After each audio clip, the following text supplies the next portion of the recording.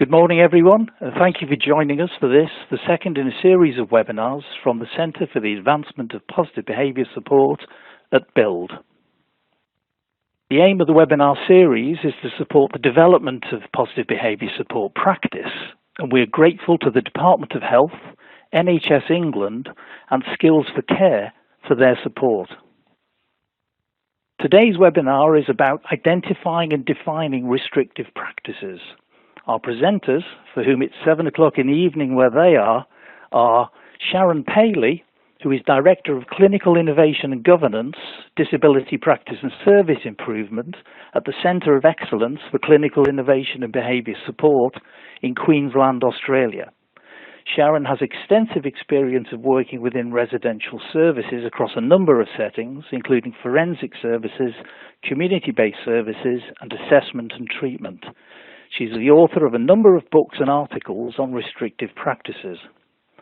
Committed to reducing aversive practices, Sharon believes passionately that we need to encourage staff to learn the skills and technology which underpin more proactive approaches such as positive behaviour support.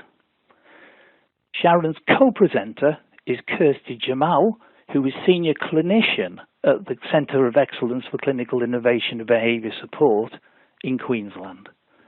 Kirsty is a registered psychologist and has been practicing within the behaviour space for around 10 years.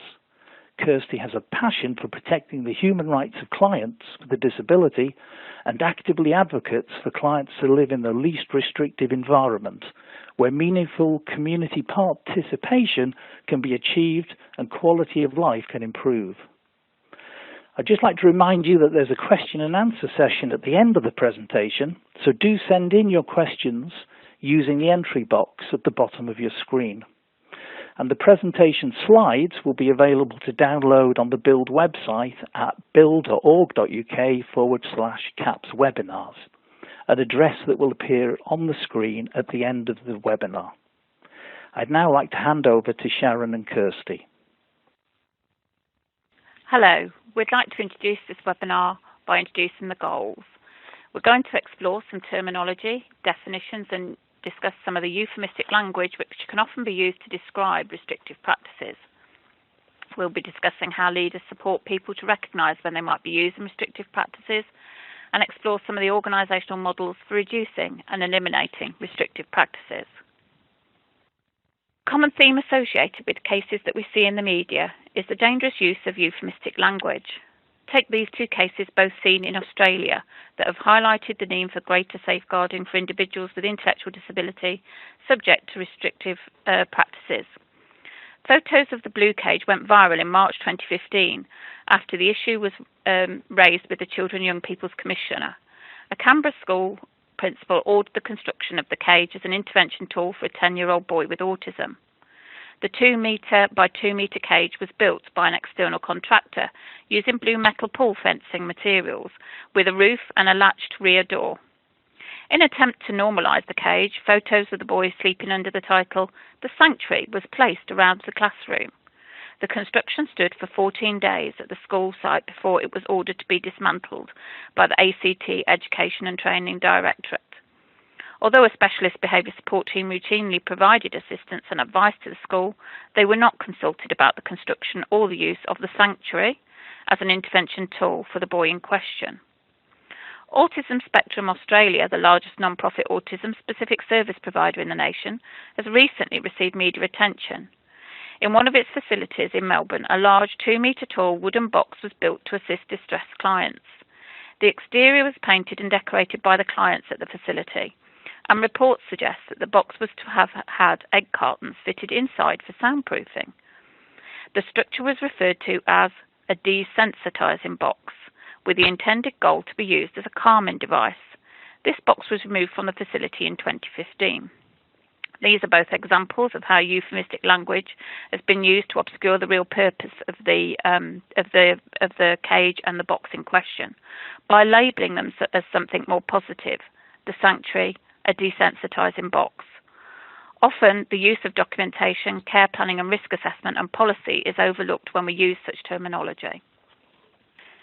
People with a disability who display challenging behaviours are commonly subject to restrictive practices in a variety of contexts, including but not limited to supported accommodation, group homes, residential aged care facilities, mental health facilities, hospitals, prisons, schools, or while accessing the community. There is limited data available regarding the prevalence of restrictive practices. However, according to the Australasian Psychological Society in 2001, the incident rates in Australia of people with a disability being subject to restraint is considered to be high, at 23 to 28%, in comparison to the United Kingdom, where research suggests it sits at 17%. We're going to go on to discuss a few of the common terms that you see in front of you now, and discuss some of the practices as well as a few in addition. It's important for us to understand the different definitions for research purposes. Restraint has been defined as actions or procedures which are designed to limit or suppress movement or mobility. The use of any part of another person's body to prevent, restrict or subdue the free movement of the individual with the aim of controlling his or her behaviour. And consider that if you are looking this up for research purposes, that in the US literature the term personal restraint might also be used. Breakaway actions. Breakaway actions refers to a suite of physical skills aimed at protecting and deflecting physical attacks. Sometimes these are referred to as protective actions, or can also be called personal safety techniques. It refers to this suite of skills which are most often used to prevent one person attacking another person, or to prevent an individual attacking you if you're supporting them. Chemical restraint refers to the use of medication or chemical substances for the primary purpose of controlling a person's behaviour. Some drugs may be prescribed to be taken as required. This is often referred to as PRN. There's limited research related to the use of chemical restraint in our population, and the research available shows that there can be small gains in the immediate period afterwards, but in actual fact there is often no long-term benefit. Containment and seclusion refers to the supervised confinement of a person in an area, with the sole aim to contain that severely disturbed behaviour which is likely to cause harm to others. Containment and seclusion should not be used as a punishment or threat, as part of a treatment programme, or as a result of staffing resources. It's also important to remember that the use of containment and seclusion in most jurisdictions is covered by legislation and should not be used outside the protection of that legislation. It can often be used because staff perceive a high risk or believe that seclusion presents less risk than some of the alternatives. This is often a subjective assessment, and it may be influenced by resources such as the staff available. It's important to remember that when using containment and seclusion, that you ensure that this is done following appropriate risk assessments of that behaviour and the relevance of that risk assessment to the risk of the seclusionary practice. Thanks, Sharon. I'm just going to go over a couple more definitions. So the next one is timeout, which refers to the withdrawal of the opportunity to earn positive reinforcement or the loss of access to positive reinforcers for a specific period of time, contingent on the occurrence of a behaviour. So examples of how timeout are used within school environments and community access include timeout within a designated room, a petition timeout, so timeout behind a petition, and hallway timeout, standing outside a room. Next is non-exclusionary timeout, is the place when the person is allowed to remain within the reinforcing environment but is not permitted to engage in any reinforcing activity for a pre-specified period of time. So examples include planned ignoring, a timeout where special attention is removed, contingent observation, the individual is required to sit and watch others engage in reinforcing activities. The difference between the two forms of timeout, exclusionary and non-exclusionary timeout, is based on whether the person remains in the environment in which the behaviour occurs in but loses access to the reinforcer or are completely removed from the environment.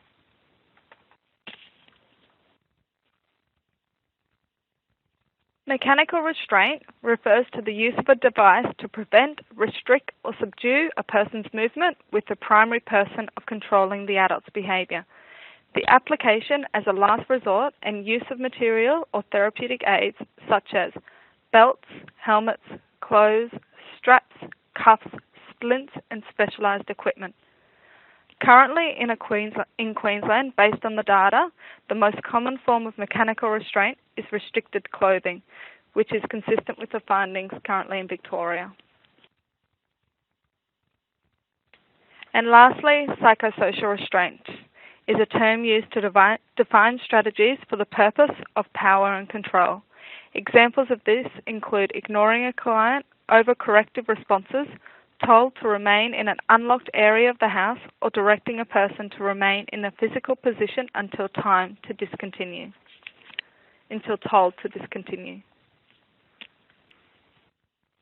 It's important for us to think about the Convention of the Rights of the Person with Disabilities. The Convention on the Rights of the Persons with Disabilities signalled a paradigm shift from traditional charity-orientated medical-based approaches to disability to one based on human rights.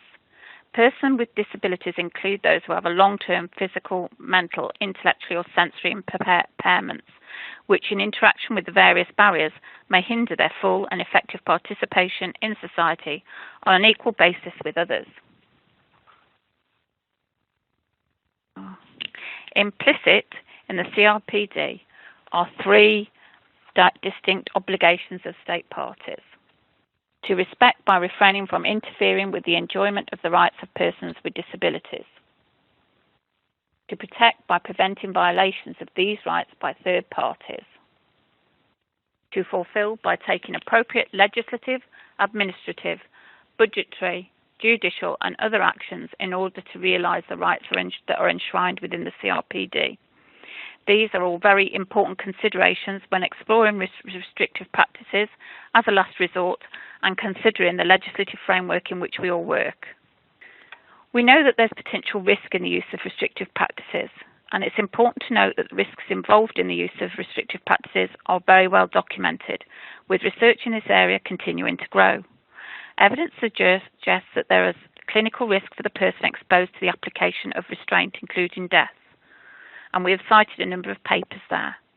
Unfortunately, despite the goal of their use, there is a lack of evidence related to the efficacy of all types of restrictive practices across our population.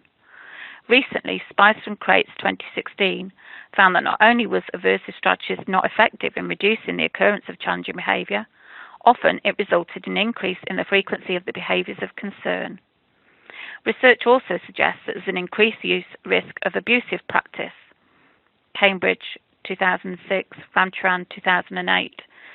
And we also all are acutely aware of the pictures shown to us on the BBC programme on Winterbourne View in 2011, with some finding an association between trauma and the use of restrictive practices, both for the person and the staff member involved. And lastly, researchers continue to question the therapeutic efficacy or values based on the evidence. Often when talking about restrictive practices, we use the term least restrictive practice, meaning that when supporting individuals with a disability, we restrict their rights and freedoms as little as possible. From a leadership level, there are a number of questions that you can pose to staff to ensure that they are using the least restrictive measures. Is it the only course of action, in that they've considered all other actions that are available to them, and these have been found to not be as effective or not work for that person? And is it absolutely necessary? Are there any other strategies that they could implement which are likely to achieve the same outcome? Is the restrictive practice less risky than the behaviour that is being used as a response to? What are the risks for the person who is exposed to it? What, if any, risk does the strategy pose to staff or other people? This is a question that's often forgotten. And is the intervention proportionate to the level of presenting or known risk? Over the years, a number of organisational models for reducing and eliminating the use of restrictive practices have been proposed. Three models have gained attention. The three models that have gained attention are the 6 core strategies, frameworks for reducing restrictive practice, and components of successful restraint reduction elimination programs. Each will be outlined shortly. We'll start off discussing the 6 core strategies Huck-Shawn model. It is widely acknowledged that restraint reduction can be achieved by the adoption of what is referred to as the 6 core strategies. The first strategy is leadership. According to Huckshorn, developing a culture of restraint reduction through leadership is paramount. Leaders within organisations need to facilitate and model a philosophy that expects a reduction in the use of restrictive practices when implemented and expects accountability to a positive behaviour support plan. This includes daily monitoring and review of all the use of restrictive practices. The next one is use of data to inform practice. That successfully reducing and eliminating the use of restrictive practices includes the use of data to inform practice at an individual level. Specifically, this includes all factors of the use of restraint, including frequency, time of day, individuals involved, duration, and injury for all of those involved. Workforce development. This strategy is based on aligning the organisation's policies, practices, and procedures with the core value of reducing and/or eliminating the use of restrictive practices, taking into consideration a system of trauma-informed care. Staff training and education is required at this level. The use of specific restraint reduction tools is individualised and relied upon the identification of risk and the development of positive behaviour support plans. That is person-centred and documented all of the contributing variables. Involvement of service users. This strategy supports collaboration and the integration of all stakeholders at all levels. This involves the consultation at all levels of the organisation that are in support of restraint reduction. And lastly, Huckshorn acknowledged the importance of debriefing after every use of seclusion and restraint. Through the use of debriefing, knowledge can be gained to inform policy, procedures, and practice to inform and possibly prevent future incidents of restraint. Components of Huckshorn's model continue to be supported by researchers other than Huckshorn and her team. The 6 core strategies in reducing and eliminating the use of restrictive practices have also been supported and incorporated in Australia's proposed national framework.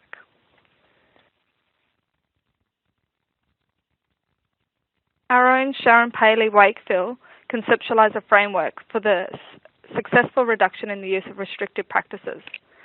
Supported by statutory legislation and governance, and with ongoing continuous review and auditoring, there are imperative individual and organisational factors that must be considered to reduce restrictive practices, which I'll go over now.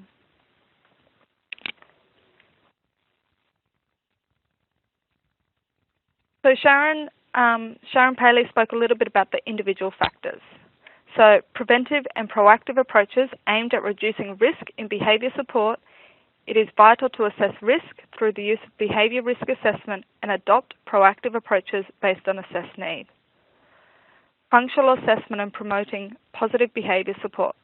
The use of positive behaviour support in an effort to reduce the occurrence of challenging behaviour and increase a person's quality of life is growing. Research suggests that positive behaviour support is considered to be an evidence-based intervention for individuals with intellectual disability, with studies revealing a dramatic reduction in the use of restrictive practices.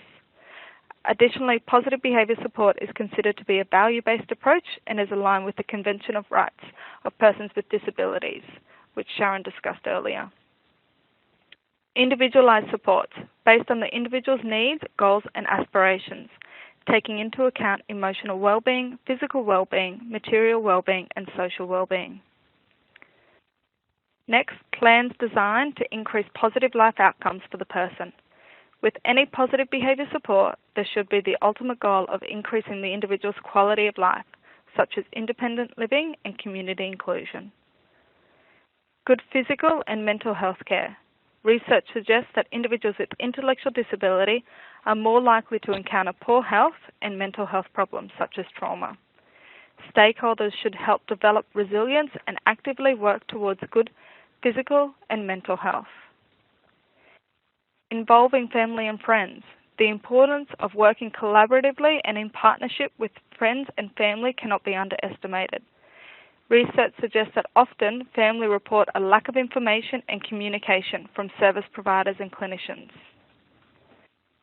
access to advocacy as a right. An imperative component to reduce the use of restrictive practices is increasing the person's level of control, which may include supporting the person to advocate for themselves or facilitating the access to other forms of advocacy.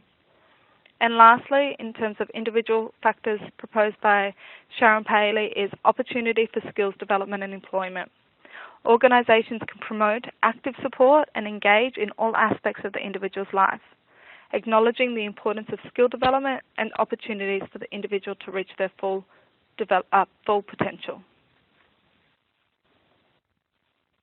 Okay, next she talks a little bit about organisational factors. So organisational factors such as the use of data and proactive reporting. At all times, organisations must ensure that statutory obligations regarding restrictive practices, reporting and recording are maintained. Rich data is an invaluable restraint reduction tool. Strategic development of the workforce. Organisations value staff and recognise the need for ongoing learning and development. Organisations have the opportunity to develop staff and increase the effectiveness of the service. Next, she proposed involvement of people in their plan's life. Clinicians and organisational leaders should actively engage with stakeholders and service users at a strategic planning level, such as establishing roles for stakeholders in strategic planning forums. Next, and consistent with all of the other models, Sharon proposed the use of debriefing as a learning tool. In an effort to develop a culture of restraint reduction, debriefing is an important tool which may involve listening and reflection, non-verbal support, offering physical presence for support and reassurance, and assisting with learning more appropriate coping strategies. Promotion of holistic supports. Organisations need to consider support in a holistic manner, respectful of human rights, and enable people to have the lives they aspire to have. Consistent evaluation and review. Organisations that are committed to restraint reduction will be proactive in data-informed practice, knowing exactly what has occurred, when, where, and why the practice has been used. And lastly, clear governance. Organisations that develop evidence-based frameworks of governance and accountability are effective in reducing and eliminating the use of restrictive practices. So Sharon also proposed about the quality audit and review and the importance of this. There are a number of important factors to consider when assessing quality, audit and review processes within an organisation. So organisations need to be reflective. Organisations should measure quality of outcomes for service users based on improvements in lifestyle. Governance should be involved in the life of the organisation, and audit must be built into the organisational practice.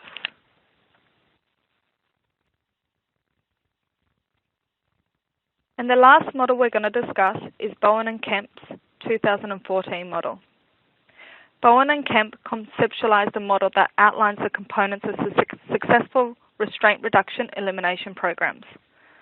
Bowen and Kemp suggest that effective leadership is required at all levels of the organisation, with research showing a reduction in restraint use and staff injuries as a result of leadership supporting good practice.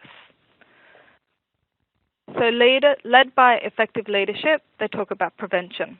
Prevention is the first stage in the model, which can be referred to as a primary intervention. Prevention focuses on 6 main factors: meeting needs, using data to inform practice, trauma-informed services, empathy, quality of life, and social capital. So meeting needs at the foundation of the model is meeting the needs of the individual. Specifically, there is always a consequence associated with the behaviour, that is, what reinforces its ongoing occurrence. Without this consequence, the behaviour would cease to exist. Often, the consequence or function of the behaviour is to gain or attain something, or have one's needs met. If an individual has their needs met in an alternative, more appropriate manner, they would not need to rely on the behaviour, and thus the need for restrictive interventions will be reduced or eliminated. Next is the use of data to inform practice. The best predictor of future behaviour is past behaviour, according to Mark Twain. Data can inform practice by providing us with the ability to tailor our intervention accordingly by providing information regarding the likelihood of occurrence and consequences associated with the target behaviour. Trauma-informed services refers to being aware of trauma, prevalence, impact and recovery at all levels of the organisation. If we provide trauma-informed services, we are able to reduce the risk of re-victimising and re-traumatising individuals with a disability. A system which promotes positive behaviour support should be trauma-informed. Empathy. It is envisioned that facilitating or promoting empathy, that is the ability to recreate another person's perspective towards service users, promotes innovation in behaviour support, rather than responding to behaviour change in a repetitive manner. Quality of life. At the foundation of positive behaviour support is reducing challenging behaviour and increasing quality of life.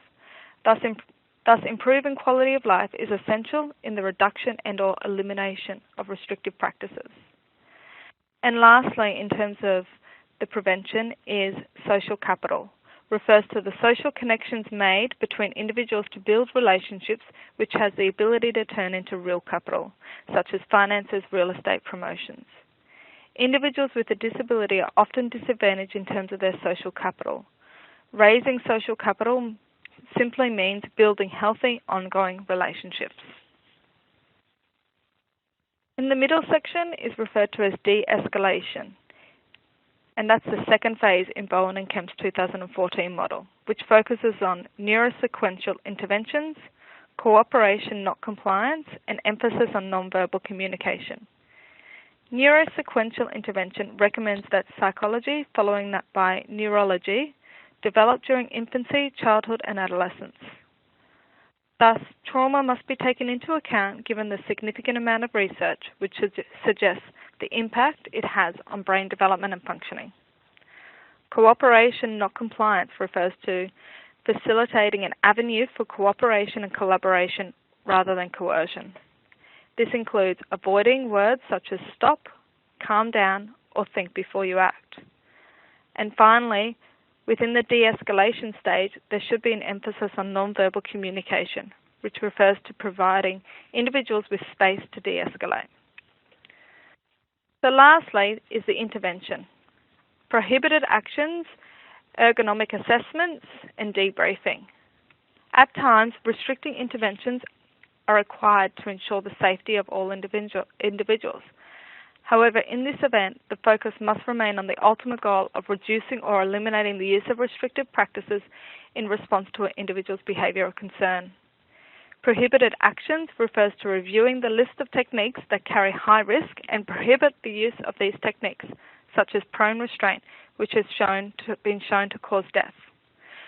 So Bowen and Kemp in 2014 suggest that annual ergonomic assessments is an important component which investigates job function and appropriate skill level. This is in line with the high level of injuries which occurs as a result of the use of restrictive practices. As previously discussed, debriefing is also recommended as a component of the intervention. During debriefing, the empowering question of who, what, where, when, and why should be answered. I'm going to go on to talk a little bit more about debriefing. Before I do, can I remind you that if you've got any questions, remember you can ask them in the box at the bottom of the screen. In reviewing the debriefing literature, a number of findings are worth noting. A majority of the literature focuses on restraint use and debriefing within inpatient healthcare settings. There is little research that has investigated the use of debriefing with individuals who have an intellectual or cognitive impairment and are subject to seclusion or restraint. No randomized control studies have been conducted on the use of debriefing as a therapeutic tool in reducing the use of restrictive practices. Few researchers have investigated the use of debriefing in isolation to other contributing variables. Furthermore, those that have not broken down debriefing in terms of its function and use, i.e., debriefing immediately after an event versus debriefing a stakeholder group within days to investigate its use in line with positive behaviour support. There is consistency among researchers and the anecdotal evidence provided which supports the use of debriefing in an effort to reduce the likelihood of adverse events, such as psychological impact and relationship ruptures. Thus, in conclusion, there is evidence to suggest that debriefing is good practice after the use of restrictive practice. However, its use as an effective therapeutic intervention is lacking. As you can see, a number of consistencies can be seen across the three models we've discussed today, which is supported by research over the years. Leadership is the driving force. It all starts at the top.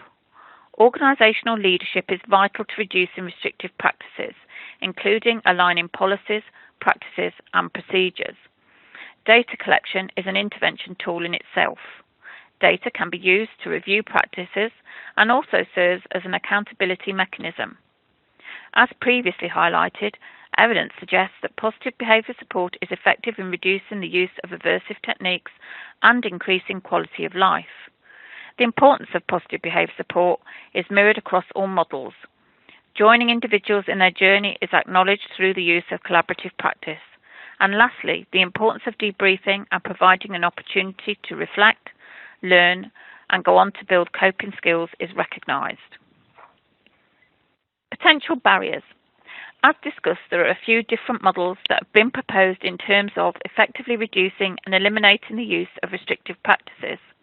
However, identifying and overcoming staff resistance to this goal is vital. The following table is based on the work of Karan, 2007, and Kong, Choi and Evans, 2016. Staff resistance to reducing and eliminating the use of restrictive practices, a lack of awareness of changes in organisational philosophy, concerns in regard to their own safety and their responsibility to maintain the safety of others, lack of knowledge and education regarding alternative de-escalation strategies, concerns about the different models of support offered to each individual, being unclear and inconsistent definitions of what is considered a restrictive practice, and the lack of involvement in restrictive practices decision-making, where staff feel alienated from the whole decision-making overall. We will go on to discuss some things that you can do to engage staff in the process. Readiness for restraint reduction in your organisation. Organisations can systematically identify barriers specific to their workplace and assess the graded improvement for implementing each factor. Specifically, you could adopt the use of Coulton's checklist for assessing your organisation's readiness for reducing seclusion and restraint. The checklist complements the models we've discussed today and assesses factors such as leadership, training, consumer involvement, and debriefing. As we've highlighted throughout the discussion, staff training is imperative in reducing and eliminating the use of restrictive practices. However, two studies must be taken into consideration. The multi-level study by Notter et al. 2013 emphasised the importance of staff training, but evidenced that attitudes of the staff team have a stronger relationship with staff behaviour and the use of coercive measures than the attitudes of individual staff members. Predictors of the use of restrictive practices at a team level included more male staff, more experienced staff, teams with more negative attitudes towards the challenging behaviour, and staff that focused on the providing regular care versus positive behaviour support. Thus, organisations need to tailor their training to work within the context of influencing the team rather than focusing on individual staff characteristics. Research also suggests that when training staff to support clients with intellectual disabilities, the most effective approach is providing a combination of in-service training, such as workshops and education sessions, and coaching on the job. Coaching will assist in identifying and overcoming barriers at the staff level. Additionally, staff who are coached to performance rather than managed to performance may be more committed to and invested in the potential outcomes. So, what's our take-home message? Restrictive practices are continuing to be used despite the overwhelming lack of evidence. However, as you have heard today, there are things we can do to reduce and eliminate the use of restrictive practices. And we have two important take-home messages for you. Wrong is wrong, even if everybody else is doing it. Right is right, even if you are the only one doing it. And whether you think you can or whether you think you can't, you're right. We believe these two really important messages and probably sum up the information that we've provided today. That concludes the formal part of the session, and we'd like to go on to answer some questions. We've also got a selection of references that you can use at the end of this presentation.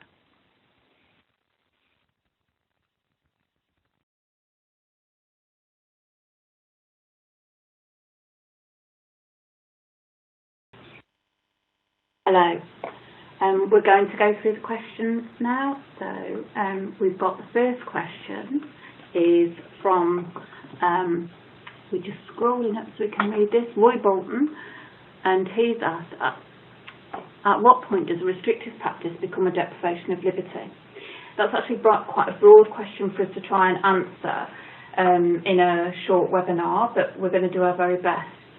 The first thing we'd always say is obviously you need to ensure that you've done holistic, full assessments of people that take into account everything you want to know about the person. But if a restrictive practice starts to become a deprivation of liberty, we'd be saying that you'd be able to show that this is something that's not in that person's best interest, that there's been a lack of good risk assessment and there's actually no rationale for the clear approach. The likelihood is that the approach that's being used would be more risky than the behaviour that's being used to respond to. There would be no evidence of behaviour support or poor evidence of good behaviour support aimed at actually reducing the behaviour. And if you don't have really good processes in place to try and reduce the behaviour that you're responding to, there's no clear rationale for the use of a restrictive practice, and then you would be starting to think that that might be a deprivation of somebody's liberty. So we'd be saying undertake a best interest approach at all times, ensure that the person's voice is being heard and there's some active advocacy involved, and ensure that you work within the legislative framework of the jurisdiction that you're in. Our next question is from Graham Adkins, and he's asked, when offering anxiolytics to people who have anxiety and that's leading to behaviour that lead into the symptoms of violence, is this a chemical restraint? From the legislative point of view here in Queensland, if a medication is being used to treat somebody's anxiety and the person has a diagnosis associated with that anxiety disorder, then the administration of such medication would not be regarded as restrictive practice. However, if it is being used to reduce the risk of harm to that person or to other people as a result of their behaviour, then it would be regarded as a restrictive practice. So here in Queensland we have some very, very specific legislation that actually guides us to make a decision and to define whether or not use of medications under such circumstances would constitute a restrictive practice. And Tracy Brooks has asked us a question about working in a medium secure hospital. We are looking to develop a more collaborative working relationship with the patients. How would you advise bringing the patients into the support with training in other areas? This is something I've got quite a lot of experience of, having previously worked with a gentleman to develop a training partnership related to the use of restrictive practices. And the first thing that I would say is it takes a lot of preparation, and that you need to really understand people well if you're going to get them involved in this sort of work. And I would be saying that you're in for the long haul, you know, there needs to be a long-term commitment for both parties if this is going to work and work really well. So you need to build good relationships and work with people as co-trainers and build their capacity up for delivering that. But I would say the most important thing that I learned from it, there were two things, was one, it needs to be an individualised approach, working with people to ensure that they can engage with that process really, really effectively and to make that meaningful. But the most important thing for me was ensuring that I supported that person to tell the story they wanted to tell and to tell it in their own voice. And to do that takes a lot of work and a lot of preparation for the person, and you will need the support of a team. It isn't something that I would say be attempting to do on your own. But what I can also say is if that you work well to do that, the rewards for people who then come and attend either those trainings or those workshops or the information sessions, really second to none. It is of the best training that I had the opportunity to deliver in my career, if I'm honest. I'm now going to pass to Kirsty, who's going to try and answer a few more questions. We're not going to go through all these questions. Hi, just bear with us. There's a few questions coming in, so we've got an abundance of questions now, so we're just filtering through some of them. So I do apologise if we make some mistakes with some names. I'm just going to start off with Jamie. So Jamie wrote us a question in relation to, it's just going off the screen, in relation to the importance of governance leadership in establishing a culture of reductions of the use of restrictive practices. So Jamie's questions was in relation to the view of how statewide governance and commissioners of service may also be able to influence these reductions, and indeed the increase the use of positive behaviour support and wellbeing models. So thank you for your question, Jamie. In Australia, we're actually moving towards having a national safeguarding framework. So the aim of the National Safeguarding Framework is to increase the accountability and transparency in relation to the use of restricted practices. Using this framework going forward, this will ensure that all service providers that are providing a service for individuals with a disability will need to report the use of restrictive practices, and a positive behaviour support plan will be required. Therefore, some of the models that we discussed today and some of the factors in relation to those models will be adhered to as part of the positive behaviour support plan. So thank you for your question, Jamie.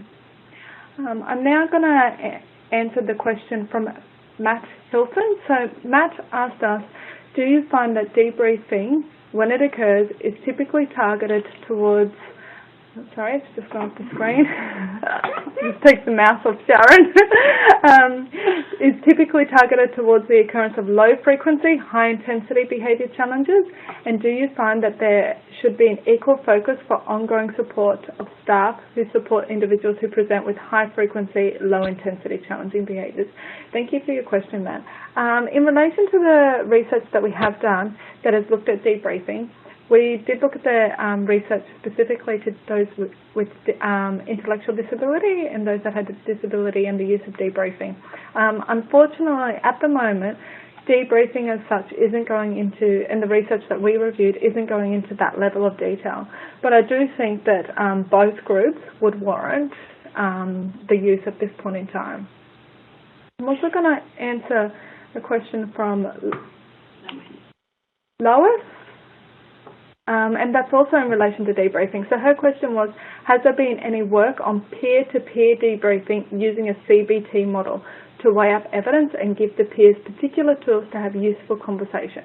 So firstly, I'd like to acknowledge that I think that is also a great question in relation to debriefing. At this point in time, again, we didn't look at the use of debriefing broadly. We only looked at those with a disability, and no, to my knowledge, there was no research currently in relation to the use of CBT and peer-to-peer debriefing. Now, Jennifer also asked a great question, and that was more about schools. So Jennifer asked a question about the use of timeout within the school setting. So a lot of mainstream schools use timeout techniques to deal with unwanted behaviours of the pupils. One school I know of in particular uses a technique where there are rules set and sanctions implemented if the rules are broken.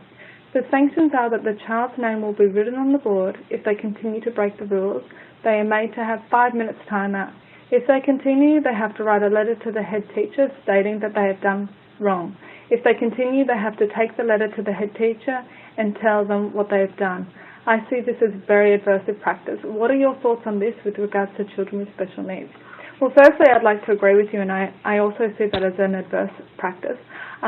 With the individuals that we support, are individuals with special needs, I have concerns about the practices in general and their ability to understand what's going on. And, the strategies that are currently used within the school practice in Australia and also abroad, individuals with a disability would have difficulties comprehending the consequences and the practices that are placed upon them. So for us, we question the use of the adverse practices and whether they could be using more proactive strategies. So we would be suggesting the use of more proactive strategies to overcome the behaviour rather than those adverse principles.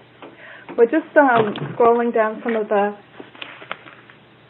questions at the moment because it is quite a majority of questions. So hang on 1 second.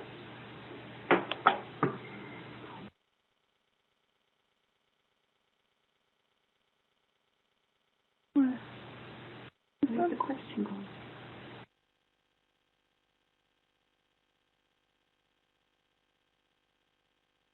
I've got a question in relation to Richard, and he's asked, when is the best time to undertake a debrief? Too soon and there is a barrier to consider reflection, too late and the exact circumstances of the incident is lost. Well, firstly, I'd like to just acknowledge that in relation to the research is broken up into two perspectives. It's debriefing with staff and at a staff level and actually reviewing what has happened and reducing the incidents that way and looking at the strategies. The other is actually the debriefing with the person. And you're right, you can wait too long and it can happen too soon.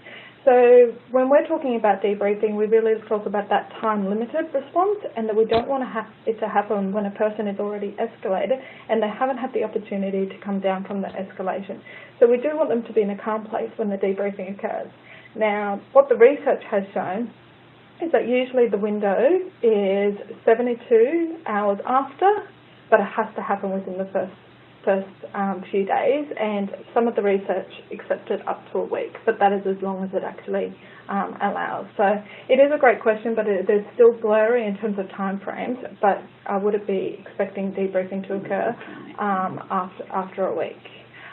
Sharon and I are actually looking at the research and wondering what we can do there, and we're working on potentially producing a paper summarising some of the results shortly. So I'm going to hand you over to Sharon, and there's one more question. Kate Reynolds.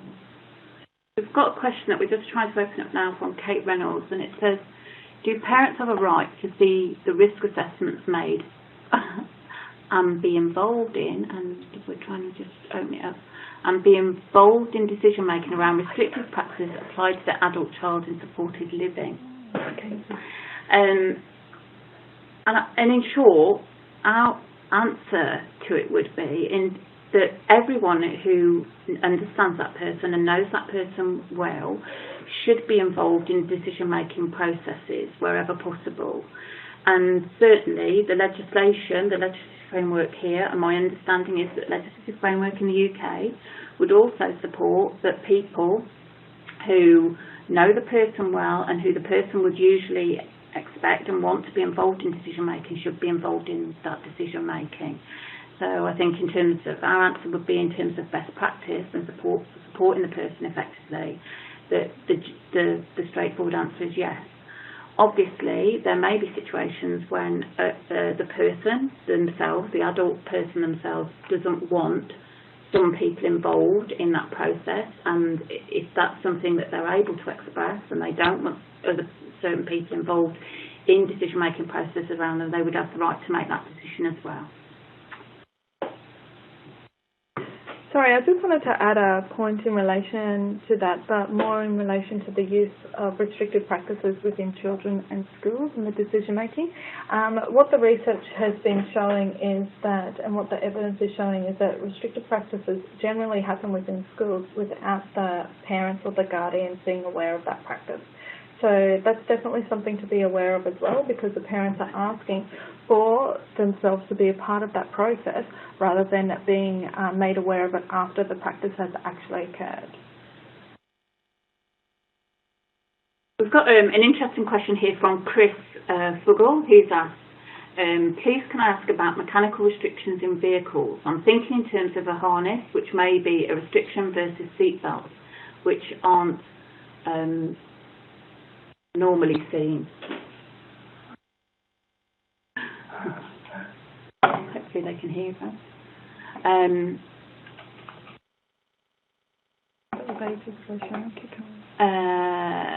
Which aren't normally seen. And the answer to this is that in Queensland, again specifically, we have legislation which would cover this. So if it's a device which is specifically being prescribed in order to ensure that a person is safe when they're travelling in a vehicle, then that can be prescribed and isn't regarded as a mechanical restraint. However, one of the things that we always advise is that when somebody is prescribing equipment, they're very clear about the purpose of the use of that, so that it isn't used outside the purpose which was prescribed. So in other words, it isn't then used in a vehicle when somebody isn't being transported somewhere, and that people are very clear that this is an absolute necessity and that ordinary seatbelt restraints aren't appropriate for effectively doing the job, that the person will be at increased risk if we used an ordinary car restraint. Okay, I'm just going to respond to Paul Temple. So Paul asked, I believe that a positive behaviour support plan requires a team who will support and follow the interventions and are working towards the best interests of the individual. Have you any tips on how to deal with the small amount of staff who believe that nothing will ever change and have the view, we have tried this before and doesn't work? So first of all, I'd just like to acknowledge that sometimes this happens with staff and they do feel burnt out by the process. The first tip I have is that they need to be involved from the start. So they actually need to take some accountability from the start and be involved in the process and feel as though that their views are being heard and incorporated in the positive behaviour support as well. And their knowledge of the individuals is supported. I'd also like to just provide one simple recommendation is start small. So start with those small, achievable goals and allow them to see success for some of the strategies. And that will give you buy-in for introducing further strategies. Now I'm just going to hand you over to Sharon for our last question before we finish today's webinar. So the question is from Sandra Keller, and she says, Sharon, you include strategic development in service staff training and education as an element of organisational factors to reduce restraint. I think that Sandra's referring to the restraint reduction framework. Do you support online learning or face-to-face learning for staff in relation to service user behaviour management? I primarily believe that face-to-face learning is the best way for staff to receive their training, but I think any training that we can offer staff, whether it's online or like this through webinars obviously, is a great opportunity for us to increase opportunities for learning for the staff that we want to support. What we also know that is really, really fundamentally important though is the coaching that happens on the job afterwards, and we know that that is the element of training and modelling support that really has benefit in terms of increasing people's skills around behaviour support and reducing the use of restrictive practices. So the whole answer to that question really is let's take advantage of any opportunities we've got for delivering training. Let's maximise the opportunities we've got for delivering training. Let's really embed that in the workplace by ensuring that people get really good modelling and coaching on the job support. And that has to come from the top down. So we're back to where we finished at the end of the presentation, which is ensuring that there is leadership who is really, really driving the change. And that's fundamentally what's important in organisations. Hello everyone. On behalf of Bild and the Centre for the Advancement of Positive Behaviour Support, I'd like to thank Sharon and Kirsty for today's webinar. Can I just remind everyone that the slides for this presentation are now available to download from the Bild website at the address given on the screen. Or you can just click on the webinars advert on the front of the Bild website. A link to watch this webinar in full, on demand, will also be available on that page later I would expect by Tuesday, Wednesday of next week at the latest. And we will actually send out an email to everyone who's registered for this webinar, telling them, giving them the link that they can watch it on demand later. That page also gives information about the other webinars in our series, and registration for the next webinar by Dr. Sandy Toogood of Bangor University on active support, engagement, opportunity, relationships and choice is now open, and there's a link on that page where you can register for that webinar.